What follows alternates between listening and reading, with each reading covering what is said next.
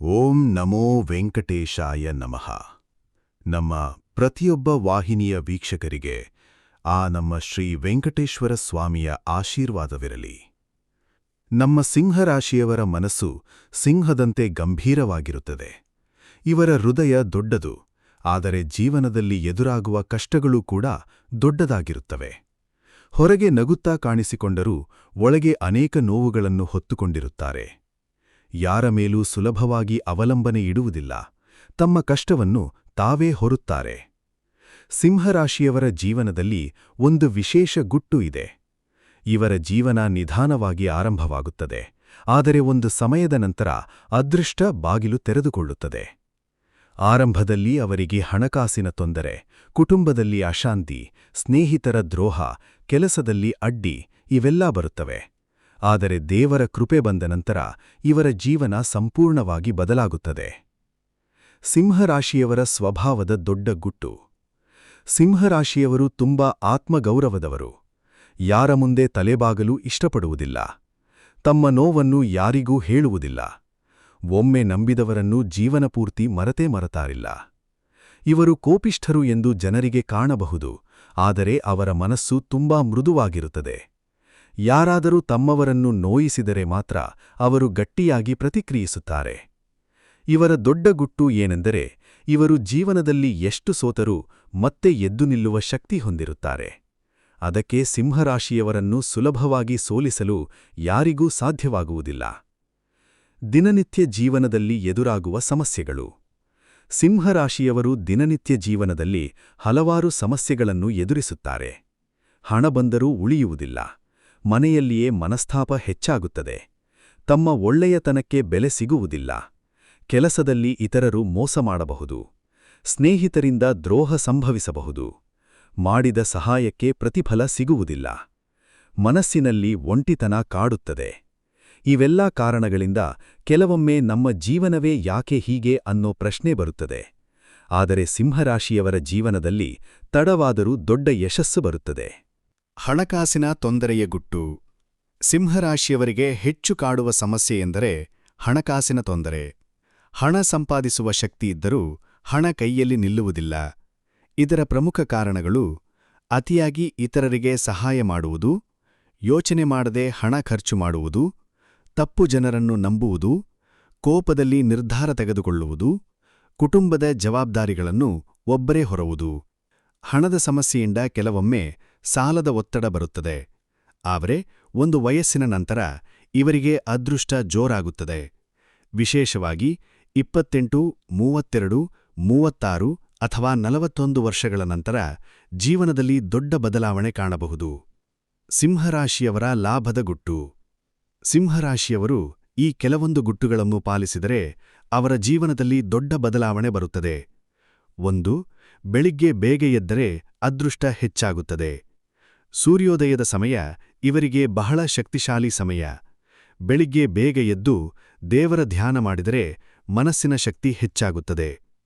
ತಂದೆತಾಯಿಯ ಆಶೀರ್ವಾದ ಬಹಳ ಮುಖ್ಯ. ಸಿಂಹರಾಶಿಯವರ ಜೀವನದಲ್ಲಿ ತಂದೆತಾಯಿಯ ಆಶೀರ್ವಾದ ಇದ್ದರೆ ಹಣಕಾಸಿನ ಕಷ್ಟ ನಿಧಾನವಾಗಿ ಕಡಿಮೆಯಾಗುತ್ತದೆ. ನಮಸ್ಕಾರ ಸ್ನೇಹಿತರೆ, ನಿಮ್ಮ ರಾಶಿ ಭವಿಷ್ಯ, ಜ್ಯೋತಿಷ್ಯ ಪರಿಹಾರಗಳು ಮತ್ತು ಜೀವನ ಮಾರ್ಗದರ್ಶನಕ್ಕಾಗಿ ಈಗಲೇ ಜ್ಯೋತಿಷ್ಯ ದರ್ಶನ ಚಾನೆಲ್ನು ಸಬ್ಸ್ಕ್ರೈಬ್ ಮಾಡಿ. ಪ್ರತಿದಿನ ಹೊಸ ವಿಡಿಯೋಗಳು ನಿಮ್ಮ ಅದೃಷ್ಟವನ್ನು ಬದಲಾಯಿಸಲು ಸಹಾಯ ಮಾಡುತ್ತವೆ. 3. ಕೋಪ ಕಡಿಮೆ ಮಾಡಿದರೆ ಯಶಸ್ಸು ಹೆಚ್ಚಾಗುತ್ತದೆ. ಇವರ ದೊಡ್ಡ ಶತ್ರು ಕೋಪ. ಕೋಪದಿಂದ ತೆಗೆದುಕೊಳ್ಳುವ ನಿರ್ಧಾರ ಜೀವನದಲ್ಲಿ ನಷ್ಟ ತರಬಹುದು. 4. ಭಾನುವಾರ ವಿಶೇಷ ದಿನ. ಭಾನುವಾರ ದೇವರ ಪೂಜೆ ಮಾಡಿದರೆ ಅದೃಷ್ಟ ವೇಗವಾಗಿ ಬೆಳೆಯುತ್ತದೆ. ಆ ದಿನ ಬಡವರಿಗೆ ಅನ್ನದಾನ ಮಾಡಿದರೆ ಇನ್ನೂ ಉತ್ತಮ ಫಲ ಸಿಗುತ್ತದೆ. 5.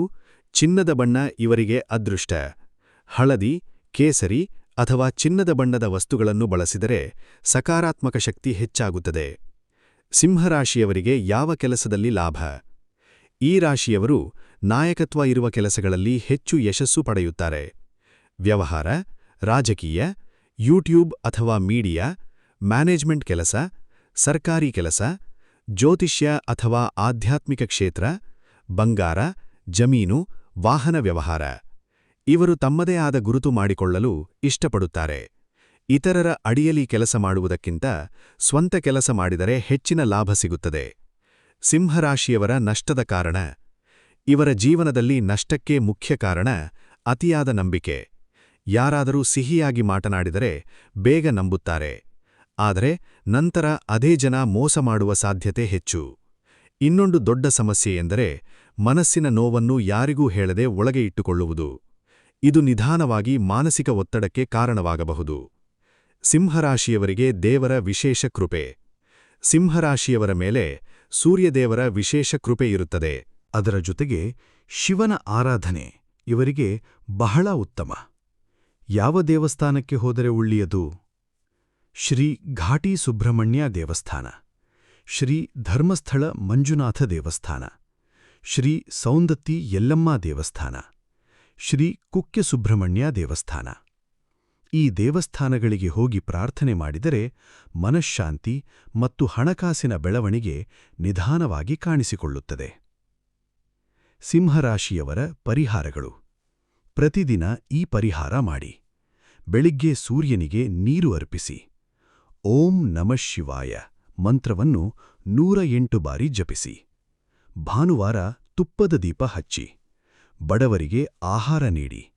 ಮನೆಯ ಹಿರಿಯರನ್ನು ಗೌರವಿಸಿ. ಈ ಪರಿಹಾರಗಳನ್ನು ನಿಷ್ಠೆಯಿಂದ ಮಾಡಿದರೆ ಜೀವನದಲ್ಲಿ ಒಳ್ಳೆಯ ಬದಲಾವಣೆ ಆರಂಭವಾಗುತ್ತದೆ. ಮುಂದಿನ ದಿನಗಳಲ್ಲಿ ಏನು ನಡೆಯಬಹುದು? ಮುಂದಿನ ದಿನಗಳಲ್ಲಿ ಸಿಂಹರಾಶಿಯವರ ಜೀವನದಲ್ಲಿ ನಿಧಾನವಾಗಿ ಬದಲಾವಣೆ ಕಾಣಬಹುದು. ನಿಂತಿದ್ದ ಕೆಲಸಗಳು ಪೂರ್ಣವಾಗಬಹುದು. ಹಣಕಾಸಿನ ಒತ್ತಡ ಕಡಿಮೆಯಾಗಬಹುದು. ಹೊಸ ಅವಕಾಶಗಳು ಬರಬಹುದು. ದೂರವಾದವರು ಮತ್ತೆ ಸಂಪರ್ಕಿಸಬಹುದು. ಉದ್ಯೋಗದಲ್ಲಿ ಉತ್ತಮ ಅವಕಾಶ ಸಿಗಬಹುದು. ಯೂಟ್ಯೂಬ್, ವ್ಯವಹಾರ ಅಥವಾ ಹೊಸ ಕೆಲಸದಲ್ಲಿ ಲಾಭ ಬರಬಹುದು. ಆದರೆ ಒಂದು ವಿಷಯ ಮರೆಯಬೇಡಿ. ಸಿಂಹರಾಶಿಯವರ ಯಶಸ್ಸು ತಡವಾಗಿ ಬರುತ್ತದೆ, ಆದರೆ ದೊಡ್ಡ ಮಟ್ಟದಲ್ಲಿ ಬರುತ್ತದೆ. ಸಿಂಹರಾಶಿಯವರ ಜೀವನದ ಮಹಾಸತ್ಯ. ಇವರು ಹೊರಗೆ ಗಟ್ಟಿಯಾಗಿ ಕಾಣಿಸಿದರೂ ಒಳಗೆ ತುಂಬಾ ಭಾವನಾತ್ಮಕ ಜನರು. ಯಾರಾದರೂ ತಮ್ಮವರನ್ನು ಪ್ರೀತಿಯಿಂದ ನೋಡಿಕೊಂಡರೆ ಜೀವಪೂರ್ತಿ ಮರೆಯುವುದಿಲ್ಲ. ಸಿಂಹರಾಶಿಯವರು ಜೀವನದಲ್ಲಿ ಎಷ್ಟು ಕಷ್ಟ ಕಂಡರೂ ಕೊನೆಗೆ ಜಯ ಸಾಧಿಸುವವರು. ಅವರ ಅದೃಷ್ಟ ಒಂದು ದಿನ ಅಚಾನಕ್ ಬದಲಾಗುತ್ತದೆ. ಅವರು ಇಂದಿನ ಕಷ್ಟವನ್ನು ಸಹಿಸಿಕೊಂಡರೆ ನಾಳೆ ದೊಡ್ಡ ಸಂತೋಷ ಪಡೆಯುತ್ತಾರೆ. ಕೊನೆಯ ಮಾತು. ಸಿಂಹರಾಶಿಯವರೇ, ನೀವೀಗ ಎಷ್ಟು ಕಷ್ಟದಲ್ಲಿದ್ದರೂ ಧೈರ್ಯ ಕಳೆದುಕೊಳ್ಳಬೇಡಿ. ನಿಮ್ಮ ಜೀವನದಲ್ಲಿ ತಡವಾದರೂ ಒಳ್ಳೆಯ ಸಮಯ ಖಂಡಿತ ಬರುತ್ತದೆ. ನಿಮ್ಮ ಪರಿಶ್ರಮಕ್ಕೆ ದೇವರು ಒಂದು ದಿನ ದೊಡ್ಡ ಫಲ ಕೊಡುತ್ತಾನೆ. ನಿಮ್ಮ ಹೃದಯದ ಒಳ್ಳೆಯತನವೇ ನಿಮ್ಮ ದೊಡ್ಡ ಶಕ್ತಿ. ಕೋಪ ಕಡಿಮೆ ಮಾಡಿ ದೇವರನ್ನು ನಂಬಿ ನಿಮ್ಮ ಗುರಿಯ ಕಡೆ ನಡೆಯಿರಿ. ನಿಮ್ಮ ಜೀವನದಲ್ಲಿ ಹಣ, ಗೌರವ, ಯಶಸ್ಸು ಮತ್ತು ಸಂತೋಷ ನಿಧಾನವಾಗಿ ಹೆಚ್ಚಾಗುತ್ತದೆ. ಜ್ಯೋತಿಷ್ಯ ದರ್ಶನ ಯೂಟ್ಯೂಬ್ ಚಾನಲ್ ಅನ್ನು ಫಾಲೋ ಮಾಡಿ.